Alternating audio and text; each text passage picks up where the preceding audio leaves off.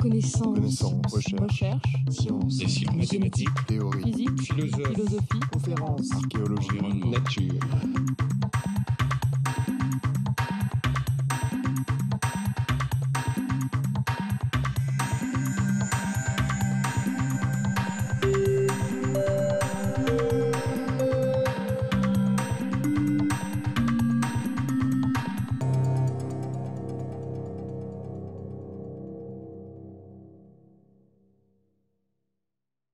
Alors aujourd'hui, je suis heureux de vous retrouver pour parler de Maeterlinck, qui a tant révolutionné et changé le théâtre à la fin du XIXe siècle. En 1890, il écrit Les Aveugles, dont on va parler aujourd'hui, qui est une œuvre extraordinairement forte par rapport à la dramaturgie de l'époque. Maeterlinck a eu une carrière tout à fait étonnante, puisqu'il a été brillantissime, enfin, brillantissime, c'est peut-être pas le mot, mais enfin, un poète profond, un poète attentif, un poète mystérieux qui a écrit ce Péléas et Mélisande. Mais finalement, c'est presque ce seul spectacle qu'on connaît par Debussy, et on le traite de librettiste, alors que c'est vraiment un très très grand poète. Et ensuite, dans le reste de sa carrière, il a fait une écriture un peu de vulgarisation scientifique, un théâtre beaucoup moins intéressant. Il s'est lui-même abîmé et il a renié son premier théâtre, qui était ce qui reste de nous et qu'on joue aujourd'hui. On a retrouvé aujourd'hui, dans notre période actuelle, depuis les 30 dernières années, 20 dernières années, on a retrouvé, en particulier grâce à Claude Régis et d'autres, enfin Claude Régis en particulier, les œuvres de Maeterlinck, du premier Maeterlinck, celui des années 1890. Alors pour vous donner un texte qui peut ouvrir sur la dramaturgie de Maeterlinck, c'est ce qu'il dit qui va vous faire comprendre tout à fait l'orientation de ce théâtre que vous connaissez, mais dont je vais vous rappeler les grands principes. Voilà ce qu'il dit. « Il m'est arrivé de croire qu'un vieillard, assis dans son fauteuil, attendant simplement sous la lampe, écoutant sans le savoir toutes les lois éternelles qui règnent autour de sa maison, interprétant sans le comprendre ce qu'il y a dans le silence des portes et des fenêtres et dans la petite voix de la lumière. Il m'est arrivé de croire que ce vieillard immobile vivait en réalité d'une vie plus profonde, plus humaine et plus générale que l'amant qui étrangle sa maîtresse, le capitaine qui remporte une victoire, ou l'époux qui venge son honneur. Ici, nous ne sommes plus chez les barbares, et l'homme ne s'agite plus au milieu des passions élémentaires qui ne sont pas les seules choses intéressantes qui étaient en lui. On a le temps de le voir en repos. Donc, un théâtre qui va tourner le dos à l'action, qui va rentrer dans un rapport avec l'invisible, puisque, et ce n'est pas pour rien qu'il choisit un vieillard, puisque c'est l'approche de la mort, la méditation sur l'approche de la mort, et surtout le mystère de l'approche de la mort, qui tout d'un coup est mis sur scène. Non pas autre chose, non pas les relations entre les humains face à la mort, mais plutôt l'intranquillité face à la mort. C'est pour ça que je ne suis pas tout à fait d'accord pour on a le temps de le voir en repos. Il a raison, il est en repos, ça veut dire qu'il est inactif, oui, ça c'est vrai, mais en repos, ça a l'air de dire en paix, quelque part, alors que ce n'est pas du tout en paix, c'est dans l'intranquillité que sont les personnages face à l'approche de la mort. Alors, à ce moment-là, il écrit coup sur coup 3 pièces de théâtre, Les Aveugles, dont on va parler beaucoup, L'Intruse et Intérieur. Alors, L'Intruse, c'est une histoire très simple, enfin je veux dire, il n'y a pas de fable, c'est très simple. Dans la salle basse d'une maison, une famille veille parce que la jeune femme de la maison, la plus jeune, vient d'accoucher, a eu un enfant, l'intervention s'est mal passée, et elle est au lit, elle est très malade, et son enfant est près de lui. Et donc l'inquiétude des parents dans la salle basse, du grand-père, le grand-père, un vieillard, qui est aveugle. Et ça va voir, vous allez voir, on retrouve ce thème de la cécité. Le grand-père qui est aveugle ces gens-là qui attendent sentent qu'il y a quelque chose d'anormal. Ils sentent que les bruits de la maison ne sont pas des bruits ordinaires. Ils sentent qu'il y a quelqu'un qui approche. Voilà. Et tout le travail de la pièce consiste à nous faire penser que la mort approche doucement, doucement, qu'elle rentre dans la salle basse, qu'elle monte l'escalier, qu'elle va jusque dans la chambre, et là, sans qu'on la voie, bien sûr, elle n'est pas jouée par un acteur comme chez Bergman qui représenterait la mort. Non, non, la mort est impalpable, elle n'est pas vue, mais elle est entendue, elle est sentie. Et le trouble des cœurs des personnages qui sentent l'approche de la mort. Et tout d'un coup, la mort est en haut, elle rentre dans la chambre, on entend un vague bruit, et puis, en fait, ce n'est pas la jeune mère qui est malade, qui est emportée par la mort, mais c'est le bébé. Voilà. Alors, je fais une anecdote, là. J'ai monté moi-même 2 pièces de Feydeau, Feu, la mère de Madame et Léonie est en avance, qui sont des pièces très connues, des pièces en un acte, parce que l'intruse aussi, c'est une pièce en un acte. Et puis, ça a eu pas mal de succès en région, en province. Et puis, à Paris, tout d'un coup, le neveu Feydeau m'a retiré les droits de l'une des 2 pièces en me disant il y a trop de Feydeau à Paris, prenez la pièce que vous voulez, puis le reste, voilà. Et donc, j'avais distribué, je ne savais pas quoi faire. Et tout d'un coup, j'ai découvert l'intruse, enfin, j'ai redécouvert l'intruse, et j'ai mis l'intruse à côté de Léonie est en avance.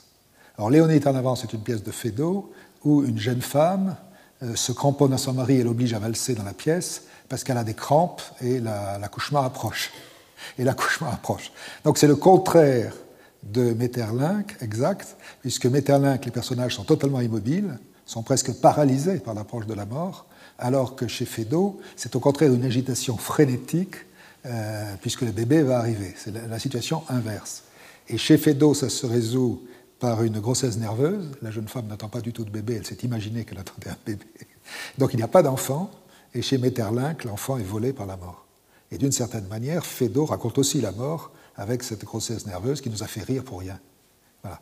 Et ce rapprochement inattendu des 2 œuvres, donc une œuvre de Maeterlinck, une œuvre de Feydeau, est tout à fait étonnante parce que d'une part, Maeterlinck et Feydeau sont nés la même année, et d'une certaine manière, par des dramaturgies totalement différentes, ils racontent un peu cette approche de la mort qui est ce rire pour rien, d'une certaine manière. D'ailleurs, quand on sort de chez Feydeau, souvent on a beaucoup ri, on est content d'avoir ri, mais on est triste d'avoir ri, parce que ça n'a mené à rien, quoi. C'est presque un rire qui s'est gaspillé sur lui-même. L'autre pièce qui raconte l'approche d'une mort est tout à fait passionnante, très belle, que Régis avait montée. Ça s'appelle Intérieur. Alors, Intérieur, c'est un jardin.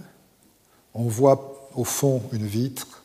Il y a des personnages immobiles qui bougent très peu, qui bougent, voilà. C'est la famille qu'on voit, famille heureuse, un foyer heureux qu'on voit à travers la maison, à travers la vitre de la maison.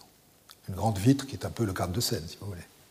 On voit le bonheur de cette famille, et tout d'un coup, la pièce est là au début, on apporte le cadavre d'une des filles de la famille qui vient de se suicider dans la rivière, se jetant dans la rivière. Et toute la pièce consiste à essayer de dire qu'est-ce qu'on va dire à cette famille qui ne connaît pas encore son malheur. C'est donc l'approche de la mort. Pour nous, la mort est présente. Pour eux, elle est encore inexistante. Et ce laps de temps entre la mort existante et la mort, et après, la fin de la pièce, c'est quelqu'un qui rentre derrière la vitre à son tour et qui annonce la chose, et ça s'arrête là. Voilà. Et donc, c'est toute une... Vous voyez, ce sont des pièces arrêtées, il n'y a pas d'action. Elle est morte. La seule action, c'est il faut aller le dire à la famille. Et donc, on est dans ce que Maeterlinck appelle un drame statique. Si vous voulez, il n'y a plus d'action, pourtant le mot drame veut dire action, mais il n'y a plus d'action, et Maeterlinck a trouvé l'expression drame statique. On pourrait dire que c'est un théâtre en station, comme on dit le station du chemin de croix. C'est une station, on est stationnaire, et on attend que cette approche de la mort soit un peu élucidée pour qu'on puisse enfin en parler, ou soit comprise, qu'on puisse enfin l'approcher. En fait, c'est quand on découvre la mort que la pièce est finie. Chez Marivaux, c'est quand on découvre l'amour, qu'on est vraiment amoureux, que la pièce est finie. Là, c'est quand on découvre la mort. Et la pièce dont nous allons parler, donc Les Aveugles, de 1890, la situation est très simple aussi. elle est presque symbolique. Il y a 6 femmes, 6 hommes, tous aveugles. Alors, est-ce que ça part du tableau de Bruegel? Je ne sais pas. Enfin, voilà, il y a 12 aveugles. 12 aveugles, 6 femmes, 6 hommes, qui sont perdus dans la forêt. Donc, 12 aveugles, on entend aussi 12 apôtres. Parce que, tout d'un coup, leur guide, on entend le Christ, on entend Godot, mais on entend le Christ. Leur guide, qui est le prêtre est mort. Le prêtre qui avait des yeux et qui les guidait. Et donc ces aveugles sont perdus dans la forêt et ne savent plus où ils sont exactement. Vous m'entendez? Excusez-moi, on m'entend assez ou... non, dites-le moi, hein, parce que je parle très vite. Ah bon, ben faites bien, soyez gentil de me le dire. Alors. Tout d'un coup, je vois un monsieur qui fait ça. Alors. Donc, excusez-moi, je vais parler plus fort. Excusez-moi. Hein? Oui, oui. Alors, je vais parler plus fort et plus lentement. Donc, excusez-moi. Les 12 aveugles se trouvent dans la forêt, perdus, puisque leur guide, le prêtre qui voyait, est mort. C'est un homme très âgé qui est mort. Eux ne savent pas où il est, ils ne savent pas même qu'il est mort. Il a disparu pour eux. Et perdus dans la forêt, ils s'interrogent où ils sont, quelle est leur situation, voilà. C'est simplement des êtres jetés dans la nuit, dans la forêt, ça se passe la nuit aussi, dans la nuit, dans la forêt, perdus, qui cherchent à saisir quelque chose du monde, un monde qui leur fait signe. Ils entendent le vent, ils sentent plus ou moins un soleil qui décline, ils sentent le froid arriver. Donc le monde leur fait signe, mais est-ce que le monde a encore un sens? Ce n'est pas évident. Ce n'est pas évident. C'est eux, ils se heurtent au vide de ce sens qu'ils voudraient saisir, alors que le monde leur fait encore signe. Voilà un peu la situation. Alors on peut, si vous voulez, en lire quelques extraits. Ce décor, par exemple, et là on est à l'époque symboliste, ce décor, le voici, on pense à une peinture, très ancienne forêt septentrionale, d'aspect éternel, sous un ciel profondément étoilé.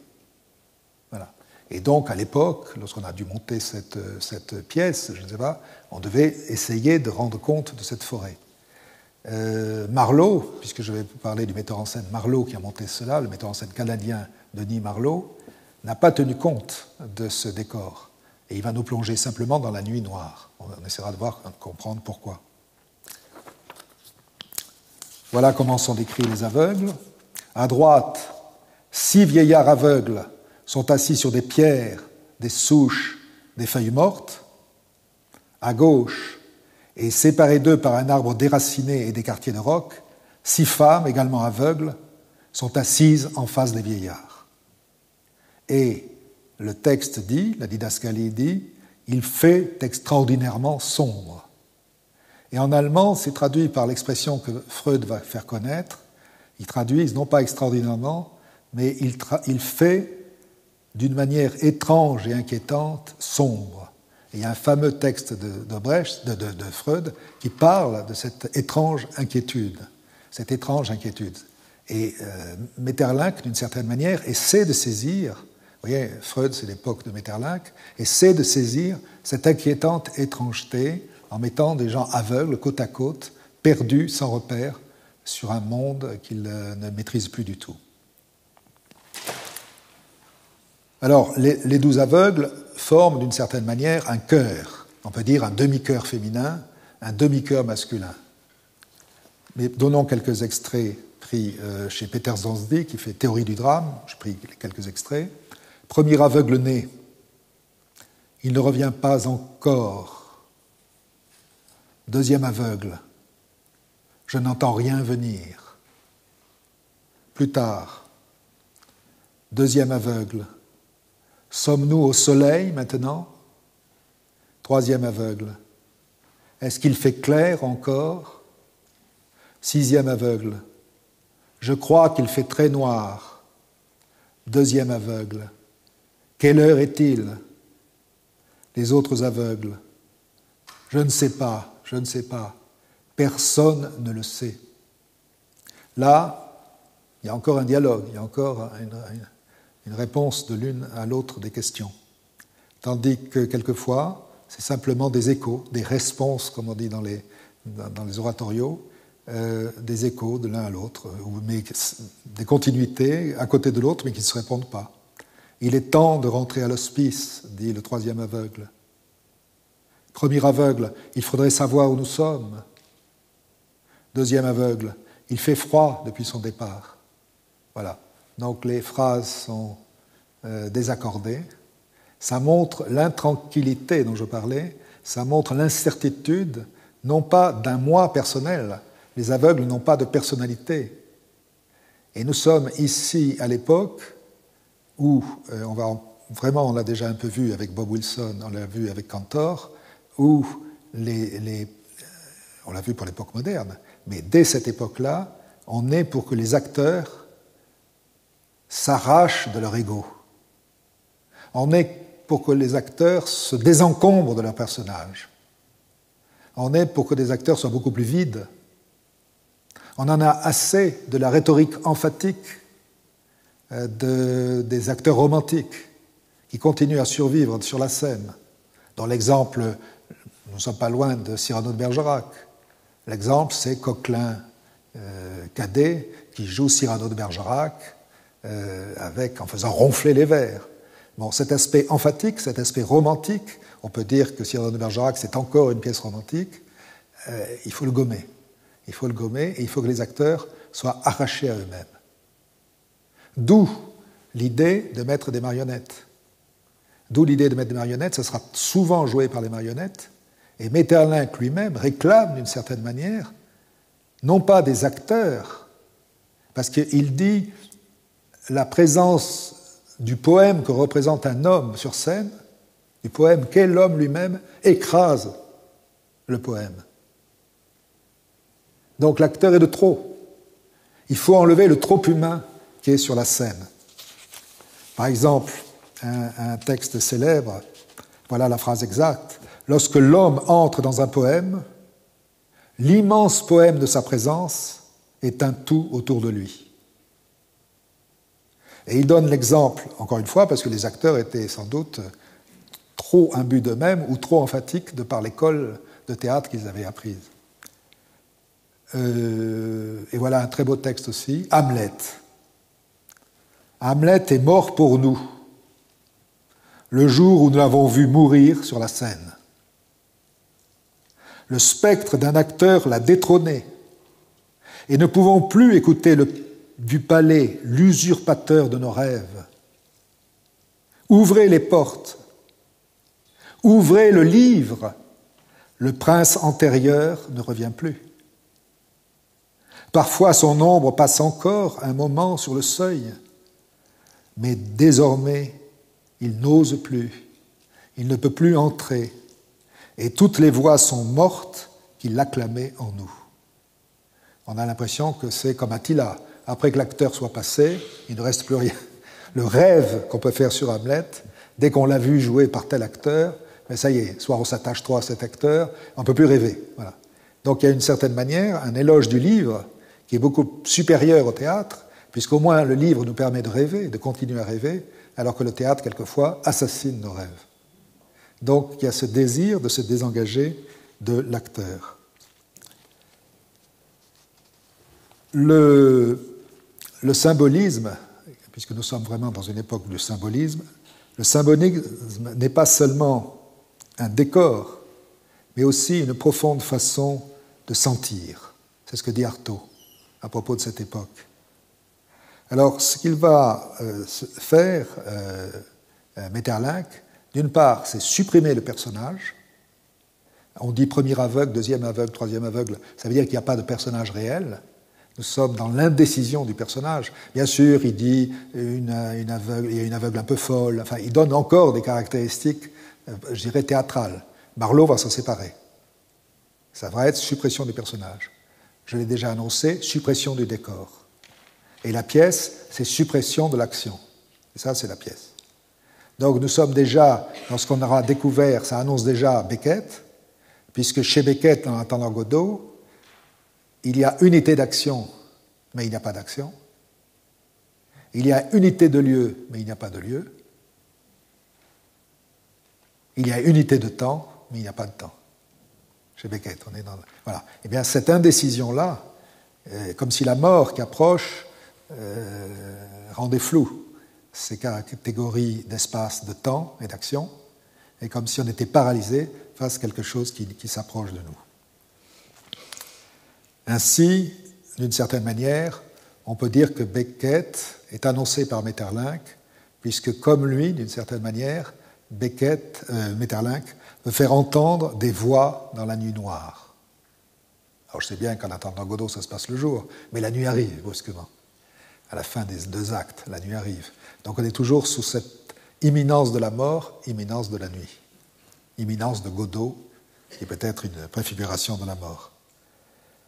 Faire entendre des voix dans la nuit noire. Vous savez que Beckett a écrit une pièce splendide qu'on ne peut pas jouer, hélas, parce que c'est une pièce radiophonique. Ça s'appelle « Tous ceux qui tombent ». Lisez ça, relisez ça, c'est extraordinaire. C'est le moment où Beckett, après avoir beaucoup écrit des pièces en français, va réécrire une pièce en anglais, et va réécrire une pièce sur l'Irlande. Et c'est des personnages dans l'Irlande qui une journée particulière, si vous voulez, en Irlande, c'est drôle, c'est tragique, c'est très tragique, mais c'est très drôle en même temps. C'est magnifique, c'est un des plus beaux textes pour moi de Beckett, mais hélas, on ne veut pas le jouer parce que c'est radiophonique.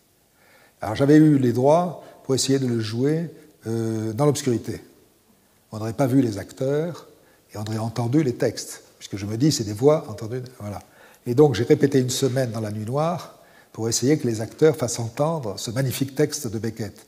Eh bien, ça ne marchait pas, parce qu'on avait l'impression qu'on voulait faire les malins et dire Beckett nous permet de faire du théâtre qu'on ne voit pas. Vous voyez, alors que moi je voulais raconter la nuit noire et l'angoisse beckettienne, mais ça se retournait contre moi, parce qu'on avait l'impression que je faisais le malin, que je m'amusais avec le théâtre et je disais tiens, je fais le malin, on va faire du théâtre dans le noir. Alors que moi, ce n'est pas du tout ça que je voulais faire. Moi, je voulais servir Beckett en le plongeant dans l'obscurité existentielle qui est la sienne. Voilà. Alors, c'est pour vous dire le lien qu'il y a entre Beckett et Maeterlinck. On les a rapprochés souvent l'un et l'autre. Il y a des grandes différences, on en parlera tout à l'heure. Alors maintenant, je vais vous raconter un petit peu ce que Marlowe a envisagé de faire. Eh bien, Marlowe, il a écouté à la lettre Maeterlinck, d'une certaine manière. Parce que cette inquiétante étrangeté de Freud, elle fascine Maeterlinck, qui appelle de ses vœux, on l'a vu, je vous ai parlé de marionnettes, voilà comment il le dit, il souhaite élargir les ailes du rêve, faire jouer des marionnettes, des fantoches, des androïdes, des ombres, des automates, des figures de cire. On se rapproche de Cantor et des mannequins de Cantor qu'on a vus dans la classe morte. Des figures de cire, ces figures de cire qui fascinent cette époque. Joseph Roth a écrit des choses sur les figures de cire des musées, où tout d'un coup la mort est convoquée par ces figures de cire anatomiques. Figures de cire et, d'une certaine manière, se débarrasser de l'acteur qui fait écran par sa chair humaine, trop humaine.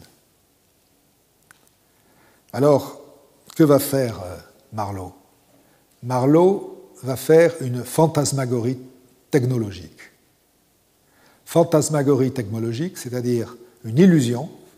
Fantasmagorie, c'est le sens, illusion. Ça vient de la foire d'autrefois, les foires qui faisaient des illusions avec le cinéma. Le cinéma a été une sorte de fantasmagorie. Fantasmagorie technologique, c'est-à-dire à la pointe de la technologie moderne. Au lieu d'aller vers l'archaïsme des figures de cire ou des marionnettes, il va prendre la technologie de pointe, c'est-à-dire la vidéo. Alors que fait-il ? C'est fou. Je ne sais pas si vous avez vu la pièce, non, personne. Non, c'est complètement fou. Donc, il prend, pour les 12 acteurs, il prend 2 acteurs, une femme et un homme. Cette femme et cet homme ne se rencontreront jamais. Il va les faire travailler séparément. Donc on est loin du cœur. Première vue, on est loin du cœur. Il filme chaque jour un des rôles de la femme. Donc la 2e aveugle ou la 4e aveugle, bon, voilà. Un jour, elle va filmer toutes les répliques de la 2e aveugle, devant une vidéo qui la capte son visage, qui ne filme que son visage. Qui ne filme que son visage. Ensuite, le lendemain, elle jouera la 6e aveugle ou la 8e, bon, pareil. Il filme ce jour-là toutes les répliques de la 8e aveugle. Inversement chez l'homme, pareil. Pas inversement, pareillement chez l'homme. Chez l'homme, même chose. Lorsqu'il a ces 12 aveugles filmés, il prend une empreinte du visage de la femme et de l'homme. J'ai oublié de dire que la femme et l'homme se ressemblent. Ce ne sont pas des frères et sœurs, mais il y a une identité, il y a une familiarité entre les deux visages. Ils ne sont pas du tout opposés. Au contraire, ils sont proches. Donc, d'une certaine manière, il a débarrassé le moi, il a débarrassé les personnages de leur corps, il ne filme que la tête. Il fait un masque qui devient un masque de résine ou de plâtre blanc, 6 fois décliné chez la femme, 6 fois décliné chez l'homme. Ceux-ci plantés comme des masques mortuaires romains sur un piquet de fer planté dans le sol. Sol qu'on ne verra pas, piquet de fer qu'on ne verra pas, parce que tout est plongé dans le noir. On ne voit pas de forêt, on ne voit pas le piquet, on ne voit que le masque. Le masque blanc de la femme, le masque blanc de l'homme, 6 fois représenté à droite et à gauche. À partir de là, il y a 6 appareils de projection, qui vont projeter les 12 films. C'est-à-dire que les visages des femmes sont projetés 6 fois sur les 6 écrans femmes. Ensuite, sur les 6 écrans hommes, on projettera les 6 visages d'hommes. C'est toujours le même visage, mais il joue un peu différemment. Un peu. Donc vous allez avoir un chœur de 12 visages sans aucun acteur sur scène. Donc c'est la première fois que vous verrez un théâtre sans acteur sur scène. On est quand même passé par l'image de l'acteur, donc il y a un lien avec le cinéma, l'image de l'acteur, mais il n'y a plus l'acteur. Donc c'est-à-dire que le rêve de Maeterlinck se réalise. Il y a des androïdes, il y a des automates fantomatiques. Voilà, on est dans ce rêve-là, débarrassés de leur chair, débarrassés de leur ego, qui organisent un chœur composé de ces automates fantomatiques. Et le travail de Denis Marlot, il le dit lui-même, écoutons-le, « Mon travail se compare davantage à celui d'un compositeur de musique, qui enregistre séparément plusieurs bandes de parties instrumentales pour ensuite les orchestrer. » Donc les deux acteurs ne se sont jamais vus, ils ne joueront pas la partition ensemble, ce sont leurs images qui sont remontées en quelque sorte par le montage cinématographique. C'est une prouesse technique, en vidéo, en écran, comment mettre l'écran exactement pour que l'image soit pas en porte-à-faux. Il faut que le nez de l'acteur image soit sur le nez de l'acteur écran. Sinon, si vous avez le nez deux nez, ça n'ira pas. Donc tout ça est un travail de précision folle, une prouesse technique extraordinaire pour un résultat tout à fait étonnant, tout à fait fidèle, je trouve, à l'esprit de Maeterlinck. Il fallait être génial pour inventer cette forme d'écriture qui ne passe pas comme ça, qu'on ne peut pas imaginer comme ça. Denis Marlot avait fait une approche beaucoup sur les formes modernes, sur les surréalistes, sur Uburoy, sur ces spectacles-là qui permettent de découvrir des marionnettes, des fantoches, des pantins. Il s'est beaucoup intéressé à cette écriture-là, et donc il est allé effectivement vers Maeterlinck pour pouvoir l'interpréter, je crois, magistralement par ce procédé. Donc, qu'est-ce qu'il fait aussi? Il demande à chaque acteur de ne pas projeter. Je vous parlais des acteurs emphatiques. Au contraire, le cinéma, dans la mesure où c'est enregistré, on a une voix intérieure. Et il ne faut surtout pas faire du lyrisme. Il faut essayer de donner du concret. Il fait noir. Non, il ne faut pas jouer emphatique. Il faut simplement prosaïser le texte. Et c'est comme ça que le mystère ressortira davantage. Il enregistre des sons, parce que les sons sont donnés dans les didascalies. Mais là, il ne veut pas de sons trop concrets. Donc c'est des sons un peu abstraits qui fait qu'il y a une présence sonore, mais mal identifiable. Donc le son fait des signes, mais encore une fois, le son n'a pas de sens. On ne peut pas dire c'est un oiseau qui passe ou c'est du vent, c'est pas. C'est les mots qui vont dire ce son veut dire ça. Enfin, supposition. Car les acteurs sont eux-mêmes sur une frontière vague entre ce qu'ils entendent et ce qu'ils croient entendre, on ne sait plus. L'espace est brouillé, le temps est brouillé. Donc on est dans un espace de doute, en fait, de doute. Voilà. Donc les sons restent suggestifs, restent vagues et ne précisent pas un sens.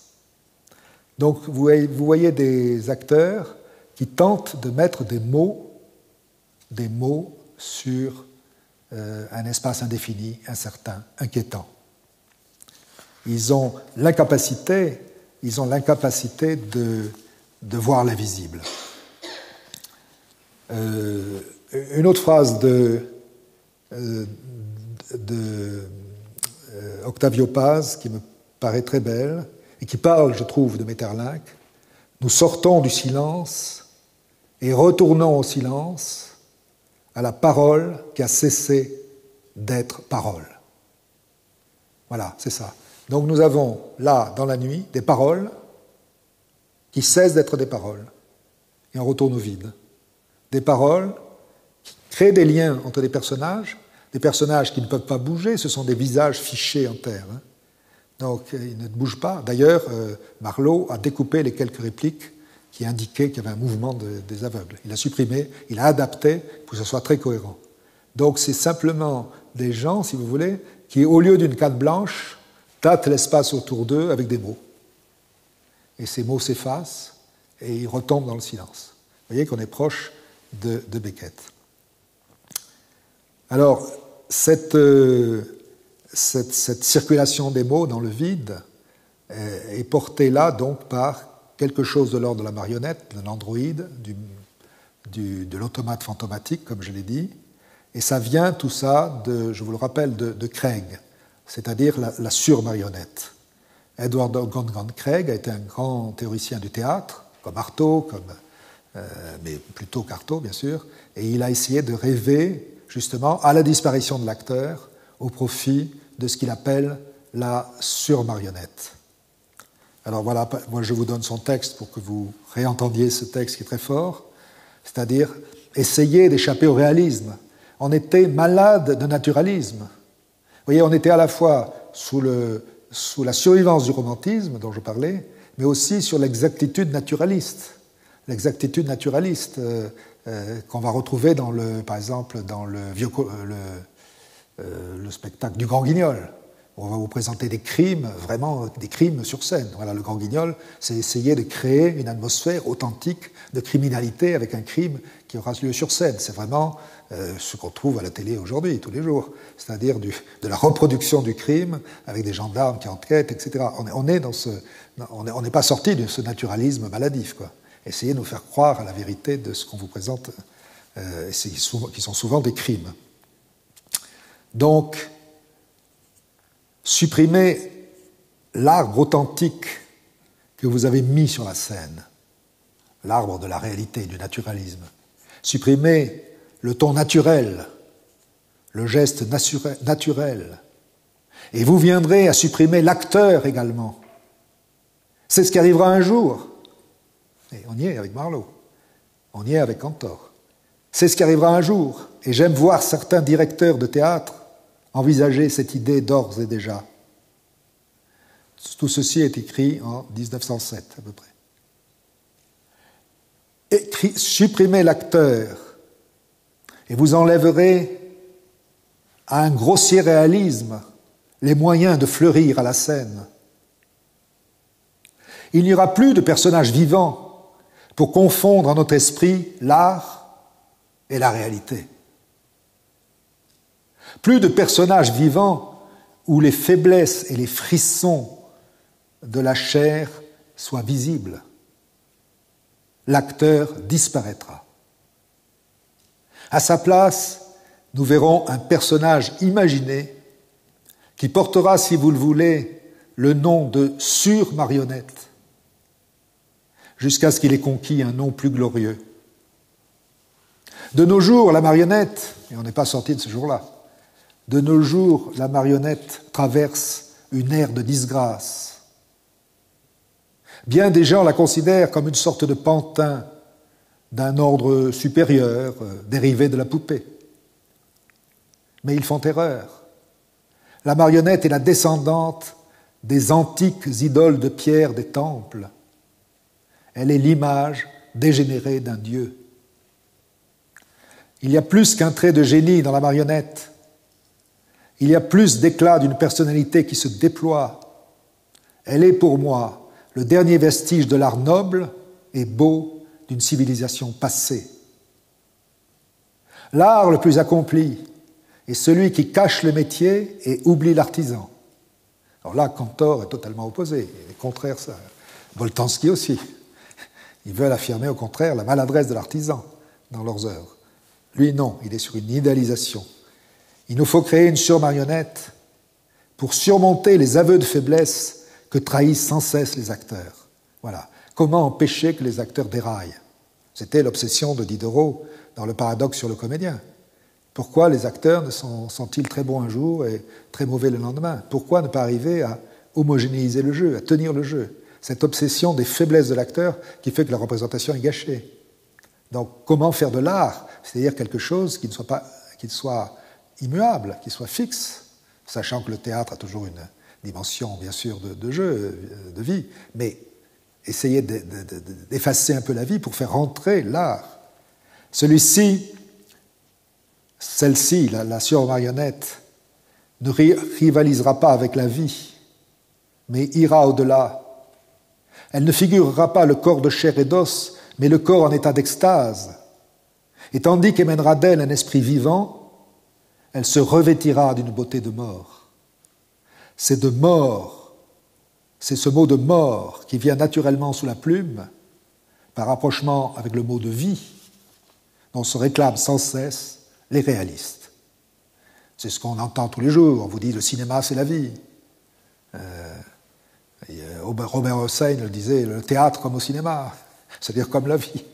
Alors que, bien sûr, le théâtre et le cinéma sont des arts, donc quelque chose qui doit montrer la vie si on veut, mais de manière, du point de vue de la mort, de manière, du point de vue, en tout cas, de quelque chose qui transcende la vie quotidienne.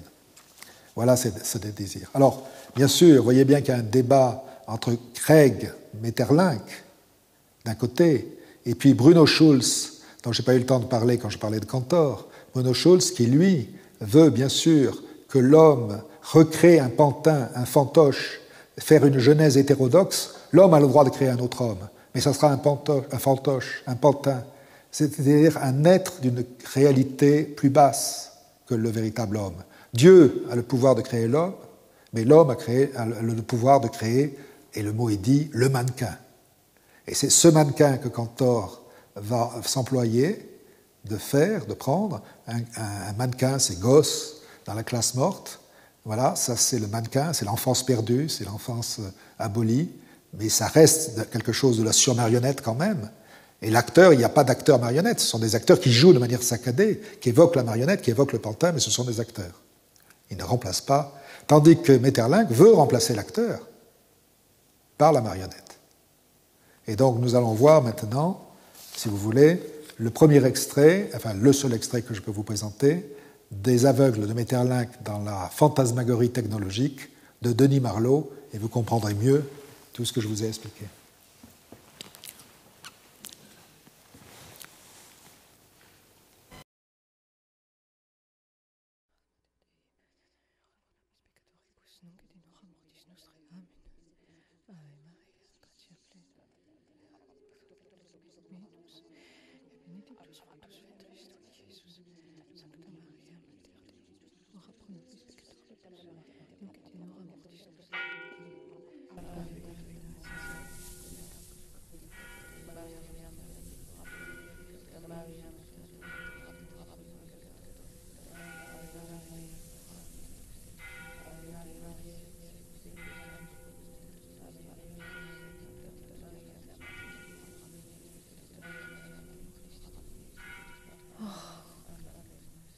Comme nous sommes loin de l'hospice. Il est minuit. Il est midi. Quelqu'un le sait-il? Parlez. Je ne sais pas, mais je crois que nous sommes à l'ombre. Je ne m'y reconnais plus. Nous avons dormi trop longtemps. J'ai faim. Nous avons faim et soif. Nous avons faim et soif. Et soif. Y a-t-il longtemps que nous sommes ici? Il me semble que je suis ici depuis des siècles. Je commence à comprendre où nous sommes. Il faudrait aller du côté où minuit est sonné.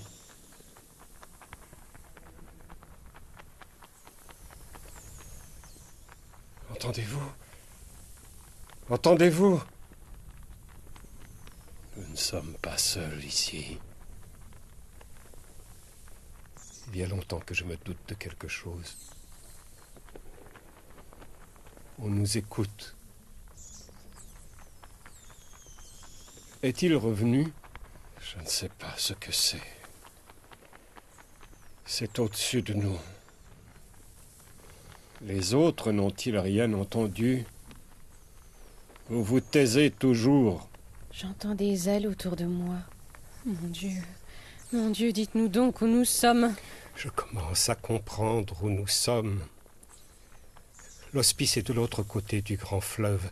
Nous avons passé le vieux pont. Il nous a conduits au nord de l'île. Nous ne sommes pas loin du fleuve, et peut-être l'entendrions-nous si nous écoutions un moment. Il faudrait aller jusqu'au bord de l'eau s'il ne revenait pas. Il y passe jour et nuit de grands navires, et les matelots nous apercevront sur les rives. Il se peut que nous soyons dans la forêt qui entoure le phare, mais je n'en connais pas l'issue. Quelqu'un veut-il me suivre? Restons assis. Attendons. On ne connaît pas la direction du grand fleuve et il y a des marais tout autour de l'hospice. Attendons. Il reviendra. Il faut qu'il revienne.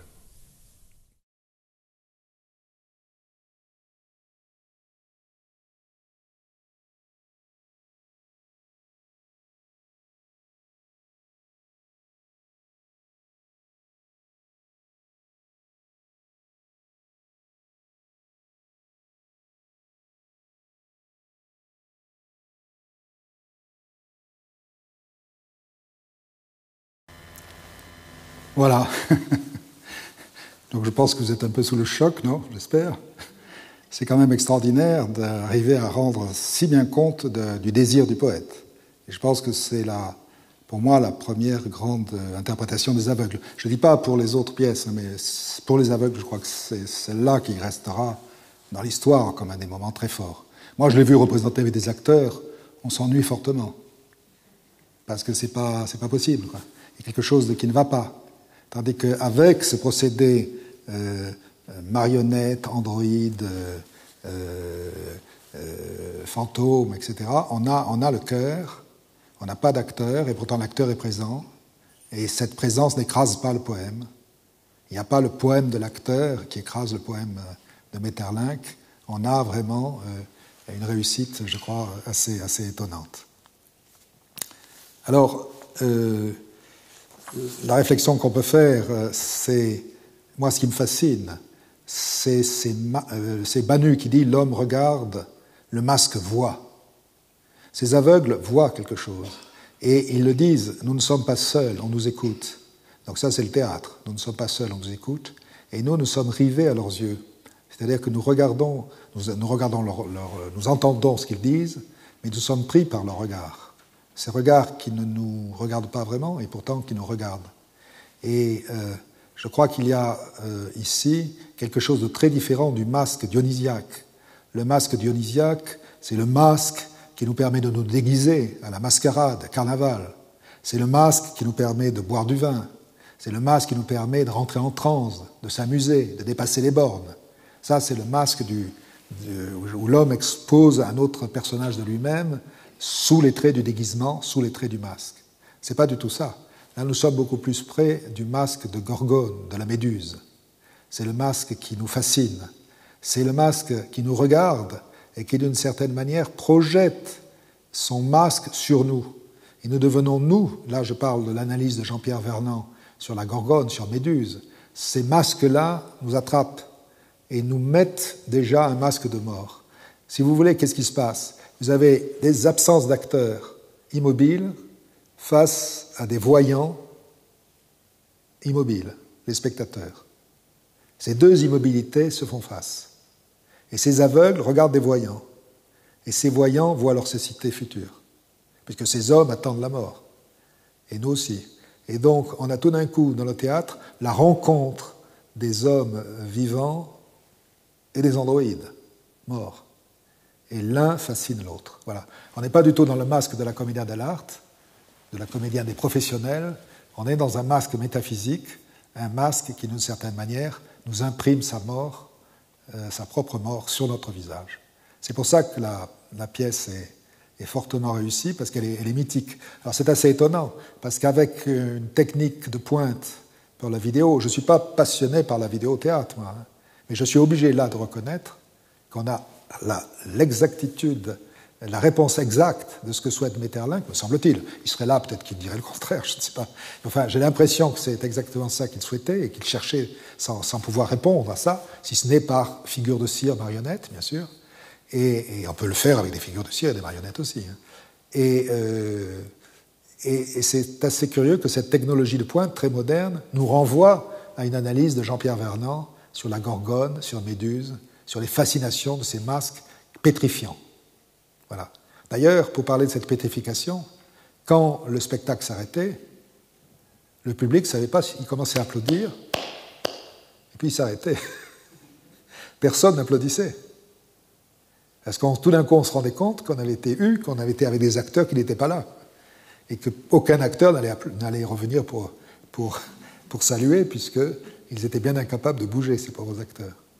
Donc, ici, vous voyez, un théâtre de la fascination, un théâtre beaucoup plus proche de la mort, beaucoup plus proche de la surmarionnette, et donc de la mort, selon les textes que je vous ai lus. Alors, à côté de cela, il y a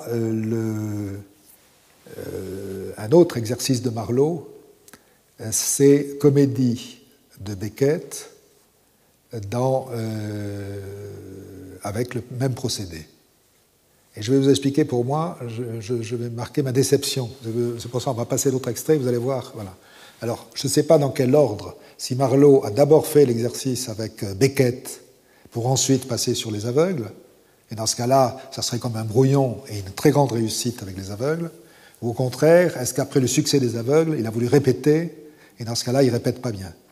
Alors pourquoi? Parce que Comédie de Beckett, j'avais eu la chance de le voir avec Delphine Seyrig, Michael Lonsdal, et je ne sais plus quel acteur, dans la mise en scène de Jean-Marie Serrault. C'est donc 3 amphores, trois jarres, quoi, dans lesquels les acteurs, 3 jarres funèbres, 3 amphores funèbres, dans lesquels les acteurs passent que la tête. On a déjà le Beckett qui enterre l'acteur. Et là aussi, le désir de faire disparaître l'acteur. Beckett aura ce désir, puisqu'à la fin, Madanono, on ne verra que sa bouche. Donc, il y a ce désir de faire disparaître le corps. Là, les acteurs sont plongés dans la jarre funèbre, et dans la représentation de Serrault, ils étaient couverts de boue, puisque la jarre, c'était la terre, et c'était des morts qui viennent sur le théâtre, ressuscités, pour jouer, alors c'est 2 femmes, un homme, pour jouer l'adultère des vaudevilles qui se jouent à Paris sur les théâtres de boulevard à ce moment-là. Beckett fait redire un texte de vaudeville, mais à la manière de Beckett, évidemment, par 3 personnages qui sont des morts-vivants, qui viennent en quelque sorte rejouer un genre mort, qui est le vaudeville, et en même temps jouer du Beckett, c'est-à-dire une parole mécanisée, une parole comique mécanisée. Et Marlowe va reprendre ce procédé des masques en mettant dans les jarres les 3 personnages, les 2 femmes et l'homme, et en prenant exactement ce même procédé d'écran et de projection de figures. Alors, on va le regarder, et puis je vous dirai après pourquoi je suis déçu, mais peut-être que vous me direz le contraire, que ça vous plaît encore plus que les aveugles, vous me le direz. Donc on écoute le deuxième, je le couperai peut-être, parce qu'on écoute le deuxième extrait.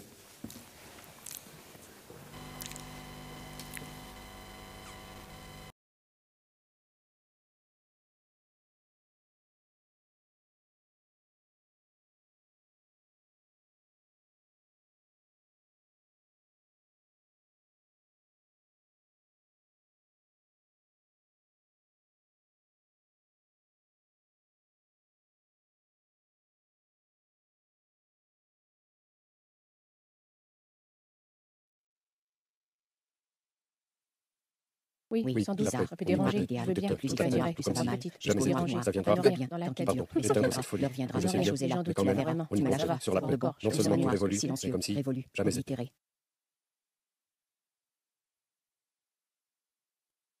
Un Nous matin, n'étions pas alors que je longtemps laisse ensemble. tomber.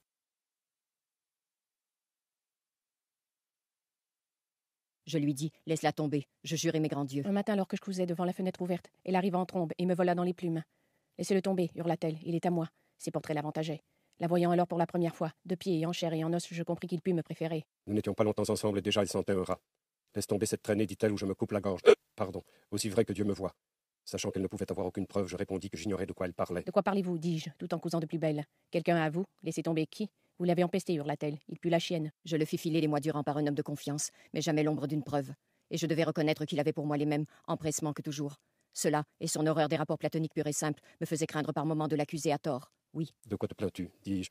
T'ai-je négligé? Comment pourrions-nous être ensemble comme nous le sommes s'il y avait une femme dans ma vie? L'aimant comme je l'aimais, je veux dire de tout mon cœur, je ne pouvais que la plaindre. Craignant qu'elle ne passe aux voies de fait, je sonnai Frontin pour qu'il la reconduise. Ces derniers mots, comme il pourrait en témoigner, s'il vit encore, et n'a pas oublié, allant et venant sur la terre, conduisant et reconduisant, donnaient à entendre qu'elle me ferait la peau. J'avoue en avoir été un peu ébranlé, sur le moment. Elle ne fut pas convaincue, j'aurais pu m'en douter. Elle t'empestait, disait-elle toujours, tu pues la pute. Pas moyen de répondre à ça. Je la pris donc dans mes bras, lui jurai que je ne pourrais vivre sans elle. Je le pensais du reste. Oui, j'en suis persuadé. Elle ne me repoussa pas. Jugez donc de mon effarement lorsqu'un beau matin, m'étant enfermé avec mon chagrin dans mes appartements, je le vois arriver, l'oreille basse, tomber à genoux devant moi, enfouir son visage dans mon giron et passer aux aveux. Elle me colla un privé aux fesses, mais je lui dis 2 mots. Il fut ravi du rabiot. Pourquoi ne la plaques-tu pas, disais-je, quand il commença à geindre sur la vie qu'elle lui faisait. Il n'y a plus rien entre vous, de toute évidence, non? Mon premier mouvement fut, je l'avoue, émerveillement. Quel mal. Quelque chose entre nous, disait-il. Tu me prends pour quoi? Une machine à machin? Et avec lui, bien sûr, aucun danger d'amour idéal.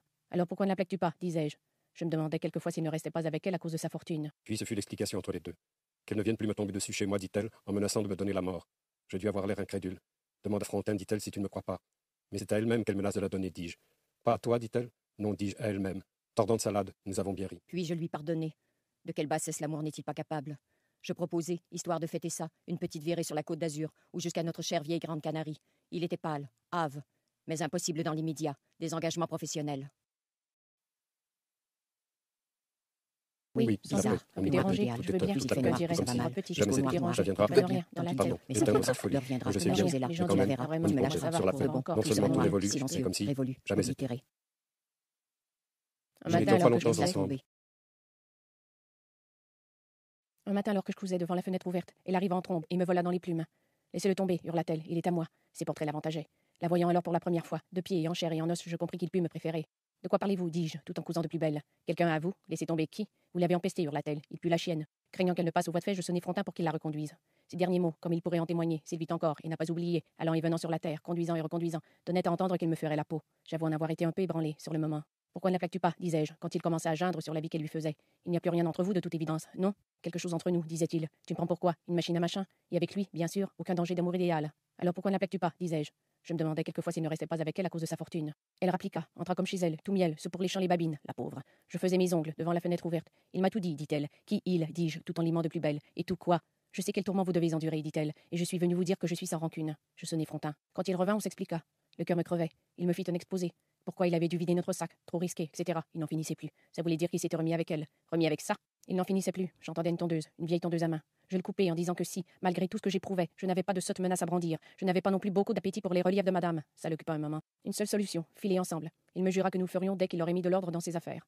En attendant, nous n'avions qu'à continuer comme avant. Par là, il entendait de notre mieux. Il finit par ne plus venir. J'étais paré, plus ou moins. C'était la Toussaint. On brûlait les feuilles mortes. Je fis un paquet de ses affaires et les jetai au feu. Toute la nuit, je les sentis se consumer. Dire que je ne suis pas déçu, non, je le suis. Je comptais sur quelque chose de mieux, de plus reposant, de moins trouble, de moins troublant. N'empêche que je préfère ceci à d'autres affaires. Nettement, il y a des moments endurables. Quand tu t'éteins, et moi avec. Un jour, tu te lasseras et t'éteindras, pour de bon. Me lâcheras comme... Alors, si vous voulez, là, pour moi, il y a une déception parce que chez Beckett, il souhaite, encore une fois, que l'acteur joue. Beckett ne veut pas, il n'a jamais parlé de marionnettes. Ça a été souvent joué par des marionnettes, Beckett. Joly, je crois. Le marionnettiste Joly l'a monté plusieurs fois. Donc, pareil que Maeterlinck, les marionnettistes ont compris l'importance pour eux de Beckett, et voilà, les marionnettes ont joué. Mais Beckett n'a jamais réclamé ça. alors que Maeterlinck le réclamait. Pourquoi? Parce que l'acteur doit être vivant et mort à la fois. Là, nous n'avons pas de vie, vraiment. Nous avons vraiment un automate, simplement, me semble-t-il. Et lorsque l'acteur est pris dans la boue, ce qui fait jouer la jarre beaucoup plus, parce qu'on ne comprend pas très bien cette jarre, eux sont tout propres, et ils sont dans une jarre, alors, enfin, à moins qu'on dise c'est des momies, je ne sais pas. Mais je crois que ce qui est fort chez Beckett, c'est l'humour, qui réactualise complètement la pièce. Il y a quelque chose de macabre chez Beckett, de morbide, mais l'humour crée une vie extraordinaire. Donc, seuls des acteurs qui jouent la mécanique, hein, le rire, c'est, disait Bergson, une mécanique plaquée sur du vivant. Eh bien, on a besoin de la vie de l'acteur qui prend l'air mécanique, qu'ont ses automates, mais au moins qui le joue vraiment, qui joue. Il y a un jeu. Il y a un jeu avec le mécanique. Tandis que là, non. Il n'y a que du mécanique. Donc on perd, pourtant ils respectent à la lettre, hein, ils font les hoquets, ils font les mouvements de sourcils, ils respectent tout ce que dit Beckett, mais on perd la comédie. Ça s'appelle comédie. C'est-à-dire qu'il faut à la fois rire du mécanisme absurde, de faire jouer, parce qu'après le texte va être joué 2 fois. Hein, vous savez, la première fois c'est joué, puis hop, c'est répété plus vite. Voilà. Eh bien, ce qui est fort, quand je l'ai vu jouer, moi, par des acteurs, ce qui est fort, c'est qu'on est pris par la folie de ces acteurs qui disent trop vite un texte, qui le disent mécaniquement, mais ils le jouent, ils sont vivants. Voilà. Et encore une fois, c'est un peu la différence entre Schulz et Craig. Craig, c'est la surmarionnette, ça va avec une situation tragique, ce qui est le cas des aveugles. Donc, effectivement, on est dans la métaphysique. Donc ça fonctionne bien, je trouve. Au contraire, dès qu'on est dans la comédie, la farce, il y a quelque chose de macabre, mais de farcesque, de mettre 3 personnes dans des jarres pour continuer à jouer un vaudeville, on perd l'humour, on perd la mécanique plaquée sur du vivant, on perd l'envie de rire, et on rate Beckett, dont l'humour est toujours extraordinairement présent. J'ai vu récemment, dans la mise en scène de Bernard Lévy, En attendant Godot et fin de partie, c'était très drôle, et en jouant Beckett à la lettre. Donc Beckett, on l'a trop rendu métaphysique.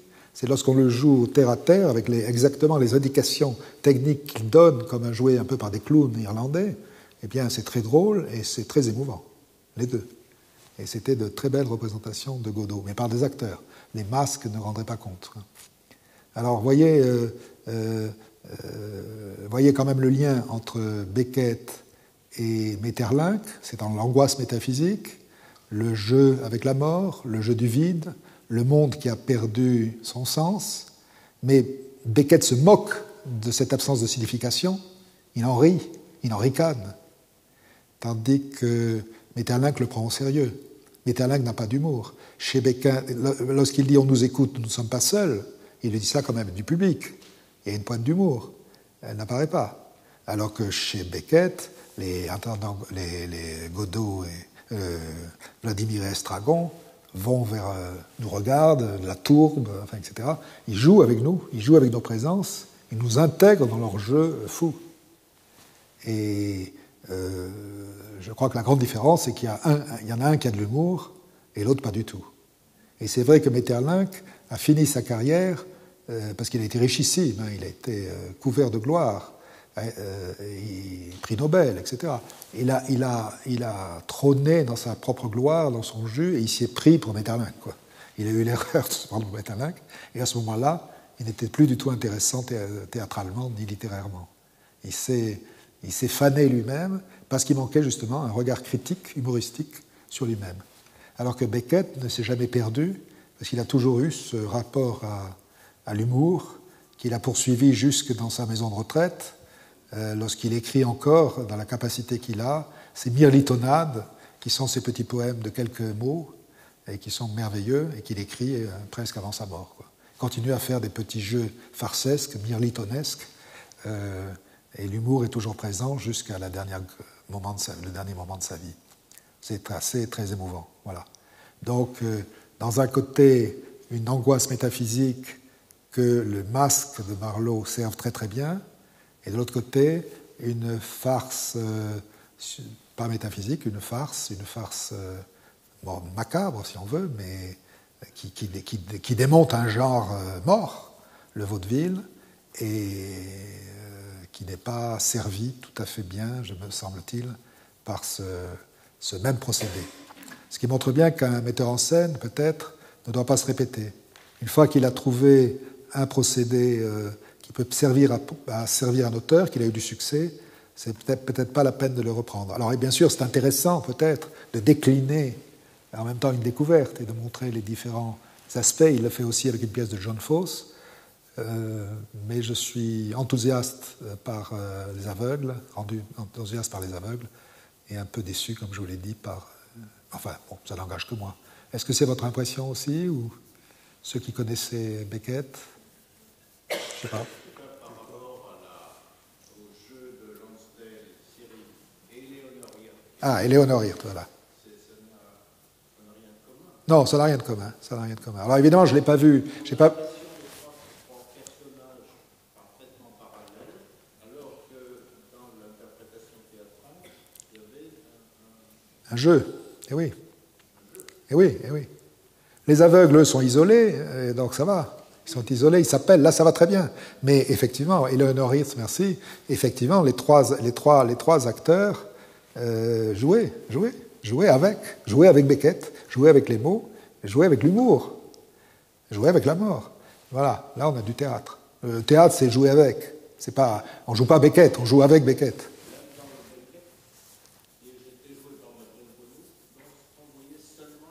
Oui, oui, oui. Les lèvres. Il a terminé par la disparition de l'acteur, juste les lèvres. C'est merveilleux, d'ailleurs, comme idée, quoi. Et c'est humoristique. Au théâtre, on parle, c'est la bouche. Un acteur, c'est d'abord une bouche, c'est une voix. D'ailleurs, ce qui est vrai, un acteur, c'est d'abord une voix, plus qu'un physique. Et c'est la musique de chambre, le théâtre. Et donc, plus on est proche des voix, plus on est... Voilà, là aussi, on entend. Là aussi, le travail des aveugles sur les voix était très fort. Très fort. Le son, vous voyez, ça. On sent une différence de qualité. Bon, c'est pas pour donner mon point à Marlowe ou pas. Ouais, pas vrai. On réfléchit à voix haute. Hein, c'est un très grand metteur en scène, Denis Marlowe, bien évidemment. Hein. Il n'a pas besoin de moi pour... Tout le monde le sait. Est-ce que... Voilà, je ne sais pas quelle heure est-il. C'est à peu près l'heure. Est-ce qu'on peut terminer comme ça? C'est-à-dire que... Est-ce que le théâtre doit aller vers plus de technique? Je dirais, attention à la technique.